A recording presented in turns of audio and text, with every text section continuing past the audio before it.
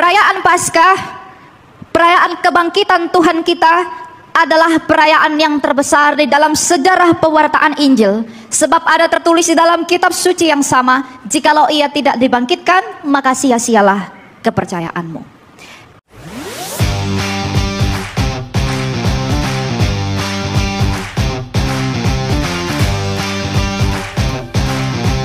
Shalom.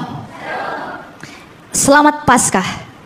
Sekali lagi, selamat Paskah. Kalau saya katakan Kristus telah bangkit, maka jawaban Anda apa? Ia telah bangkit. Jadi dari depan saya mengatakan Kristus telah bangkit. Itu bukan jawaban orang Kristen. Kristus telah bangkit. Ia telah bangkit. Berarti masih banyak yang belum memaknai dan juga mendalami apa makna kebangkitan Kristus. Maka pada hari ini sesuai dengan kemurahan hati Allah yang kita sembah di dalam Tuhan kita Yesus Kristus, kita berbicara tentang sabda Kristus sendiri dalam Wahyu yang pasal yang pertama ayat yang ke-17 dan ke-18. Dikatakan demikian, kitab Wahyu adalah kitab yang ditulis oleh Rasul Yohanes. Nah, apa yang disampaikan oleh Kristus kepada Yohanes rasulnya ketika ia diasingkan ke Pulau Patmos. Ketika aku melihat dia, Yesus, sujudlah aku di depan kakinya sama seperti orang yang mati. Ia meletakkan tangan kanannya di atasku lalu berkata, jangan takut, aku adalah yang awal dan yang akhir dan yang hidup. Aku telah mati, namun lihatlah aku hidup sampai selama-lamanya dan aku memegang segala kunci maut dan kerajaan maut. Ayat 18 yang akan kita highlight. Dan yang hidup, aku telah mati, namun lihatlah aku hidup sampai selama-lamanya dan aku memegang segala kunci maut dan kerajaan maut. Perayaan Paskah, perayaan kebangkitan Tuhan kita adalah perayaan yang terbesar di dalam sejarah pewartaan Injil. Sebab ada tertulis di dalam kitab suci yang sama, jikalau ia tidak dibangkitkan, maka sia-sialah kepercayaanmu. Kebangkitan Kristus adalah suatu tanda bahwa ia adalah pribadi yang datang ke dunia bukan hanya dimaksudkan untuk mati, tetapi ada suatu misteri yang ia kerjakan melalui kematiannya itu. Natal terjadi, kelahiran Mesias di kota mungil Bethlehem kurang lebih pada tahun 4 sebelum Masehi. Dia lahir di sana, Majus mengunjunginya, tujuannya adalah salib itu. Ketika dia disunatkan, ketika ia dibaptiskan pada usia 30 tahun, tujuannya adalah salib itu, dan tujuan dari salib itu sendiri adalah kebangkitan itu. Jadi ketika Kristus mengatakan, lihatlah aku telah mati, namun aku hidup untuk selama-lamanya, ini adalah inti dari inti Injil itu sendiri. Injil itu apa? Injil adalah kabar baik. Kabar buruknya apa?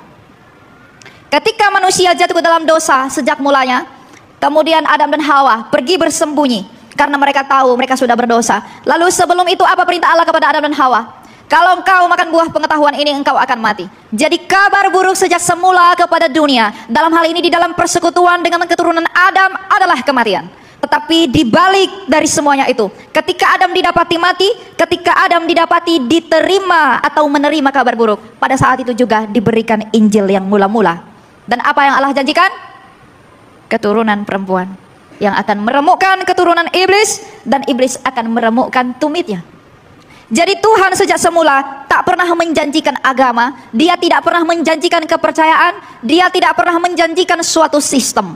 Yang dia janjikan sebagai obat atau pemulihan kepada kabar buruk itu adalah suatu Injil, bahwa nantinya kematian itu akan ditaklukkan oleh anak laki-laki yang datang dari keturunan perempuan. Dan tanpa berlama-lama, 2000 tahun lalu, ada satu pribadi yang bernama Yesus Kristus dari Nazaret yang disebut Tuhan dan juga Kristus oleh para murid dan para pengikutnya. Ia telah mati dengan merelakan dirinya naik ke atas salib. Tapi tidak hanya demikian, ia juga telah bangkit. Apa makna kebangkitan Kristus? Apa arti kebangkitan Kristus? Kalau kita belajar tentang apa makna kebangkitan Kristus, apa yang akan saya paparkan ke depan adalah alasan mengapa sebenarnya tak seorang pun mampu dan tak seorang pun punya alasan yang cukup untuk menolak Kristus demi hidupnya. Apa yang akan saya katakan ke depan adalah alasan mengapa orang tidak boleh dan mutlak, secara mutlak tidak dapat menyangkal Kristus kalau memang tujuannya adalah untuk hidup. Satu-satunya pribadi di semesta, satu-satunya manusia di dunia ini yang tidak takluk oleh kematian, itu hanyalah Yesus Kristus. Ada begitu banyak kaisar, ada begitu banyak nabi, ada begitu banyak penguasa, ada begitu banyak dewa-dewa dan Tuhan-Tuhan yang disebut sebagai Allah dan Tuhan. Tapi kemanakah mereka pergi sampai hari ini? Apakah yang mereka mampu lakukan? Apa yang dibuahkan oleh mereka? Apa yang telah diperbuat oleh mereka? Yang disebut sebagai kekaisaran Roma sebagai kekaisaran yang terkuat di sepanjang sejarah dunia. Dinasti Tiongkok yang disebut sebagai dinasti yang begitu cerdas. Cleopatra yang begitu rupawan. Kemudian dinasti dari Yunani, dari Persia dan Babilonia. Mereka adalah pengisi kebesaran di dalam sepanjang sejarah manusia yang adalah keturunan Adam. Tetapi di manakah mereka sekarang? Apa yang mereka sudah perbuat? Apa yang mereka sudah lakukan? Apa yang mereka sudah perbuat? Tidak ada. Semua yang dianggap besar oleh dunia, semua yang dianggap hebat oleh dunia, semua yang dianggap kuat oleh dunia, pada akhirnya telah kalah pada satu hal yang disebut dengan kematian. Jadi sehebat apapun orang, sebesar apapun manusia, sekaya apapun engkau, secerdas apapun engkau, sebijaksana apapun engkau, pada akhirnya engkau hanya kalah kepada dosamu sendiri yang menghasilkan kematian. Sebab ada tertulis, upah dosa adalah maut. Tetapi ada satu orang yang dianggap hina, yang dipandang rendah oleh dunia 2000 tahun lalu, yang bernama Yesus Kristus dari Nazaret. Ketika ia yang menggenggam segala sesuatu datang ke dunia ini tanpa membawa apapun, dia datang menjadi orang yang sangat miskin. Dia datang di dalam kesederhanaan dan kemurahan hati Bapaknya, dan ia tak memiliki apa-apa. Serigala punya liang, ia tak punya tempat untuk menempatkan kepalanya. Tetapi dia telah memenangkan sesuatu yang tidak dapat dimenangkan oleh siapapun kecuali dia di semesta ini, yaitu kematian. Ketika ia bangkit dari mati, ia mau memberitahu seluruh dunia. Ketika ia bangkit dari kematian, ia ingin memberitahu saya, orang berdosa yang akan mati. Ia ingin memberitahu kamu, orang berdosa yang akan mati, bahwa wahai Elia, wahai engkau anakku, kamu pun akan mati. Tapi jikalau kamu mau tetap di dalam kematian itu, kalau kamu mau terus berdiam dalam kematian itu, maka jangan percaya kepadaku. Tapi kalau engkau mau keluar dari kematian, kalau kamu mau tidak ditahan oleh kematian itu, percayalah kepadaku, Yesus Kristus. Karena apa? Karena akulah satu-satunya yang telah berhasil mengeluarkan diriku dari kematian itu melalui kebangkitanku. Apa tujuanmu bekerja, anak muda? Apa tujuanmu hidup? Apa tujuanmu cari uang? Kamu ingin hidup kan? Kamu punya uang banyak, tujuanmu apa? Agar kau bisa cari rumah sakit termahal kalau kamu sakit, agar usiamu semakin panjang, agar kamu bisa beli makanan sehat, agar engkau tidak sakit, agar kamu bisa beli rumah bagus, kemudian tidak ada penyakit, agar kamu bisa beli tempat atau barang-barang terbaik, agar kamu tidak sakit. Sebenarnya yang kamu takuti itu apa? Kematian. Siapapun dan apapun agamanya, yang kamu takuti adalah kematian. Sehingga orang-orang berusaha dengan licik, berusaha oleh dosa, korupsi, mencuri, membunuh, demi uang, demi perutnya, karena uang untuk perutnya, demi hidupnya yang terus-menerus. Kalau sebenarnya yang jiwamu inginkan adalah hidup, kalau sebenarnya yang diinginkan oleh batinmu adalah hidup, kalau sebenarnya kematian yang paling kamu takuti, wahai keturunan Adam, mengapa engkau tidak mempercayakan dirimu kepada Kristus yang telah mati, namun telah mengalahkan kematian itu melalui kebangkitannya? Apa yang bisa diperbuat oleh dewamu di luar Kristus? Apa yang bisa diperbuat oleh nabi yang di luar Kristus? Sampai hari ini mereka masih didoakan, sampai hari ini mereka masih di dalam tanah. Mungkinkah engkau berharap hidup dari mereka yang masih di dalam tanah? Jadi kalau keinginan batinmu adalah hidup, engkau orang berdosa dan saya yang lebih berdosa tidak punya alasan untuk menolak Kristus kalau engkau mau mendapat hidup. Sebab hanya dia sajalah, dan hanya dia sajalah satu-satunya pribadi di sepanjang sejarah semesta yang telah hidup dari kematian dan tidak mati lagi. Mengenai Henok, mengenai Elia, mereka akan datang ke dunia ini dan mati lagi dalam Wahyu 11. Jadi Kristus di dalam kemurahan hati Bapaknya yang mengutus ia, dan di dalam persekutuannya dengan roh Bapaknya, Roh Kudus yang berkarya di dunia hingga hari ini, ingin memberitahu saya dan kamu, anak-anakku, bagaimanapun kamu akan mati. Apapun yang kamu lakukan demi memperpanjang usiamu, kamu tak bisa lakukan. Usaha manusia tidak akan berhasil menambahkan satu hasta usianya. Tetapi bagaimanapun anak-anakku, engkau akan mati. Oleh karena itu, demi hidup yang engkau rindukan yang selama-lamanya itu, maka percayalah kepadaku yang telah membuktikan kepadamu dalam sejarah bahwa aku telah hidup selama-lamanya. Maka ia pun bersabda, namun aku telah mati, namun lihatlah, aku hidup untuk selama-lamanya. Itulah alasan mengapa kamu harus percaya kepada Kristus kalau tujuanmu mau hidup. Jadi kalau ada orang meninggalkan Kristus, kalau ada orang menjual Yesus demi uang, demi harta, demi tahta, demi jabatan, apakah yang engkau cari sebenarnya? Kamu ingin dapat uang, jual Yesus, tujuanmu untuk isi perutmu, tapi bagaimanapun kau akan mati. Yudas yang sudah punya banyak uang, Yudas Iskariot yang jual Yesus punya banyak uang, tapi ia pun pada akhirnya mati. Sungguh malang sekali. Jadi kalau tujuanmu adalah ingin mencari dunia, maka jangan bersekutu dengan Kristus, tapi bersekutulah dengan Adam. Tetapi kalau kamu mau hidup, kalau kamu mau memperoleh hidup, bersekutulah kepada Kristus. Sebab Rasul Paulus dalam suratnya yang pertama kepada jemaat di Korintus pasal yang ke-15, ia berkata apa? Sebab di dalam persekutuan dengan Adam kita mati, tetapi di dalam persekutuan dengan Kristus kita dihidupkan kembali. Sehingga tujuan Allah yang sejak semula menciptakan kita untuk hidup yang kekal, tapi diganggu oleh manusia itu sendiri, oleh dosanya sendiri, sehingga menyebabkan dia mati. Maka di dalam Kristus dia menawarkan hidup yang kekal. Maka tujuan Allah yang semula bahwa manusia diciptakan untuk hidup yang kekal dipulihkan di dalam Yesus Kristus. Jadi jangan berpikir bahwa kau dan saya dicipta untuk mati. Tidak pernah. Anak-anak muda, engkau tidak dicipta untuk mati. Jadi kalau kau meninggalkan Kristus, menjual Yesusmu yang mulia, menjual pengorbanannya, apa yang kau cari? Sebanyak apapun uang orang, sebesar apapun rumah orang, secantik apapun wajahnya, pada akhirnya akan berakhir dalam tanah. Tapi kalau kau menjual Yesus, tidak ada pengharapan pada dirimu. Itulah sebabnya orang-orang di luar Kristus takut pada kematian. Tetapi seluruh para rasul yang adalah murid-muridnya Kristus, dan termasuk dalam hal ini adalah Saulus atau Paulus dari Tarsus, mereka mengatakan, kalau hidupku adalah Kristus, matiku adalah keuntungan. Itulah yang membuat mereka tidak takut mati teraniaya demi pemberitaan salib. Karena mereka tahu Tuhanku yang kulayani, Yesus Kristus dari Nazaret anak Maria itu telah mati, namun ia telah membuktikan bahwa ia telah bangkit dari kematian yang disaksikan 500 orang. Ia berkata, kalau Tuhanku yang kulayani Yesus Kristus telah mati, dan ia di dalam kerelaan hatinya telah membuktikan bahwa ia telah mengalahkan kematian itu, maka untuk apakah aku takut pada kematian? Jadi orang Kristen jangan takut mati, tapi jangan cari mati. Itu hal yang berbeda. Jadi kalau kamu mau hidup, kamu tak punya alasan yang cukup untuk menolak Kristus.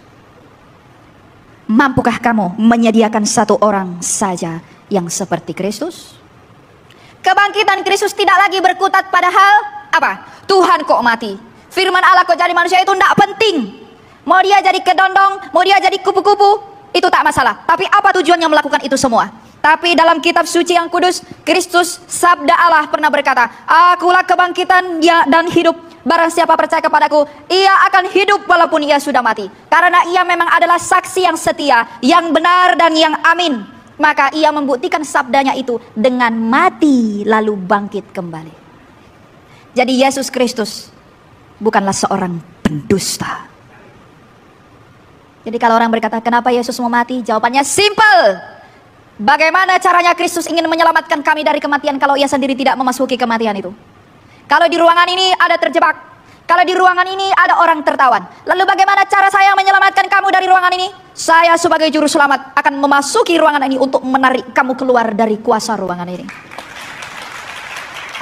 Maka Yesus Kristus demi karya dan kehendak Bapaknya untuk mengeluarkan saya dan kamu yang dikuasai oleh kematian akibat dosa kita masing-masing, ia dengan rela turun ke dunia orang mati. Dia merusak kerajaan itu, lalu dia merebut semua orang di dalam, melumpuhkan kuasa kematian itu, dan membuktikan bahwa ia menang melalui aku telah bangkit.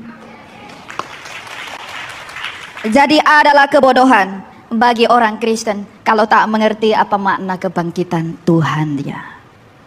Inilah alasan yang tidak akan pernah bisa dipatahkan oleh siapapun kalau orang ingin merendahkan Kristusmu.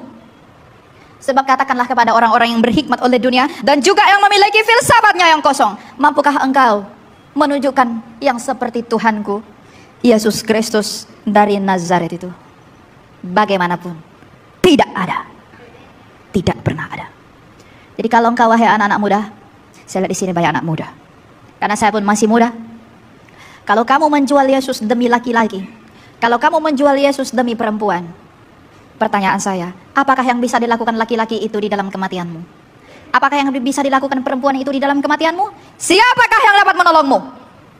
Orang yang paling kaya pun sudah mati. Adakah mereka membawa sesuatu ke liang kuburnya? Tidak ada. Kalau hanya Kristus saja yang dapat menolongmu di dalam hidupmu setelah kematianmu, lalu mengapa engkau menghabiskan cintamu kepada dunia? Engkau sangat mencintai pacarmu, wahai perempuan. Aku suka provider man. Pintu mobil dibuka. Setiap Valentine ada bunga. Setiap bulan dikirim transfer. Beli boneka, beli baju. Kamu mencintai laki-lakimu. Laki-laki juga begitu. Pacarnya ingin es krim yang enak, dibelikan. Pacarnya pengen baju yang bagus, dia pergi ke toko mewah, dia beli baju 50 juta, dia beli sepatu lalu dia pamerkan ke sosial medianya. Padahal kau pun tak tahu, orang yang kau suguhi demikian pun akan mati, sama sepertimu juga akan mati. Tapi pernahkah engkau mencintai Kristusmu dengan cara yang sama? Sedangkan Ia yang telah menolongmu, dan hanya Ia yang bisa menolongmu. Mengapa engkau menghabiskan perhatianmu pada hal yang dapat binasa, dan engkau melupakan ketulusan Tuhanmu yang telah tersesah demi kamu? Kalau kamu galau karena pacarmu tidak jawab teleponmu, ya, kamu marah-marah karena suamimu lama sekali pulang, kamu marah-marah karena bisnismu tidak berhasil, kamu emosi karena pekerjaanmu belum ditemukan. Kalau kamu galau, kamu marah, kamu emosi hanya karena itu semua, apakah artinya Dia yang tersalibkan itu buat kamu? Apakah artinya Dia yang telah tersesat buat kamu? Bukankah seperti para rasul telah melakukan? Bukankah apa yang telah dilakukan oleh Kristus itu adalah alasan yang cukup bagi kita untuk bersyukur kepada Dia? Sebab hanya Ia saja yang telah bangkit dari mati.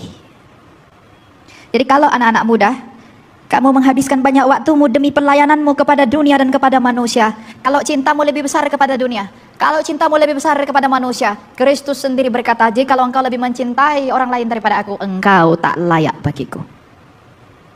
Maka sekarang, meskipun engkau muda, dan bukan hanya untuk anak muda, buat orang tua saya yang saya kasihi di tempat ini, Bapak Ibu, usahakanlah dirimu untuk melakukan suatu pertanggungjawaban yang baik di hadapan tahta pengadilan Kristus. Karena engkau tak tahu kapan engkau mati. Mati atau tidak perlu, karena kematian tidak ditakuti. Tapi masalahnya kapan? Kalau saya mati tapi saya belum melakukan hal yang baik demi Allahku, kalau saya mati saya belum membuktikan cinta saya kepada Tuhanku, lalu ketika saya berhadapan dengan Kristus di pengadilannya, Ia bertanya, wahai Elia, aku telah menganugerahi engkau hidup anakku, tapi apakah yang telah engkau lakukan demi cintamu kepadaku? Apakah yang telah engkau lakukan sebagai bukti cintamu kepadaku? Apakah yang akan kujawab? Kalau belum ada, usahakanlah itu. Sebab Kristus pernah bersabda, jikalau engkau sungguh-sungguh mengasihi aku, engkau pasti melakukan perintahku. Agung sekali kebangkitan Tuhan, betul? Tetapi itu juga menampar saya dan kamu lebih keras. Kalau Dia saja telah bangkit, lalu kita menikmati makna kebangkitan itu, mengapa saya dan kamu tidak bangkit dari cintamu dan kasihmu yang padam itu? Pikirkanlah kematianmu, pikirkanlah waktu-waktu terakhirmu, agar kita selalu mempersiapkan setiap hari kemanapun kita melangkah demi suatu pertanggungjawaban yang baik di hadapan tahta pengadilan Kristus yang menakutkan itu. Agar ketika kita berhadapan dengan Dia, masuklah engkau ke dalam perjamuanku. Pernahkah engkau berdoa, ya Kristus, kalau aku mengetuk pintumu, bukakanlah pintu bagiku. Jangan izinkan aku kedinginan di luar dari kemahmu.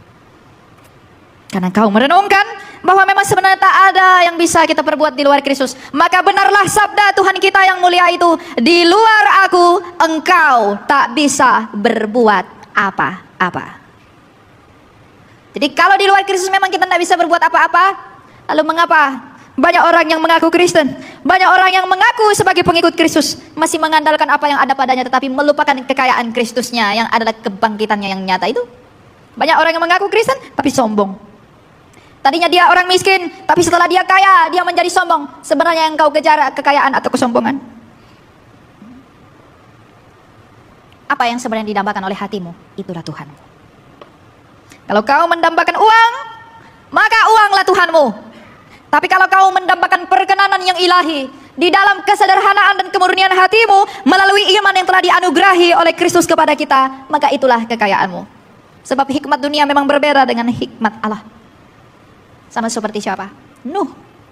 Ketika Nuh bangun bahtera, orang-orang di sana ketawa. Bodoh sekali engkau, wahai Nuh. Ngapain kamu bangun bahtera di tempat yang datar begini? Mengapain kamu bangun bahtera di tempat yang tinggi seperti ini? Tapi ketika dunia menertawakan dia, yang menertawakan itu pun telah mati, dan yang selamat hanyalah Nuh. Sama seperti Kristus di zaman sekarang. Orang-orang menertawakan imanmu, Tuhanmu mati, Allahmu mati.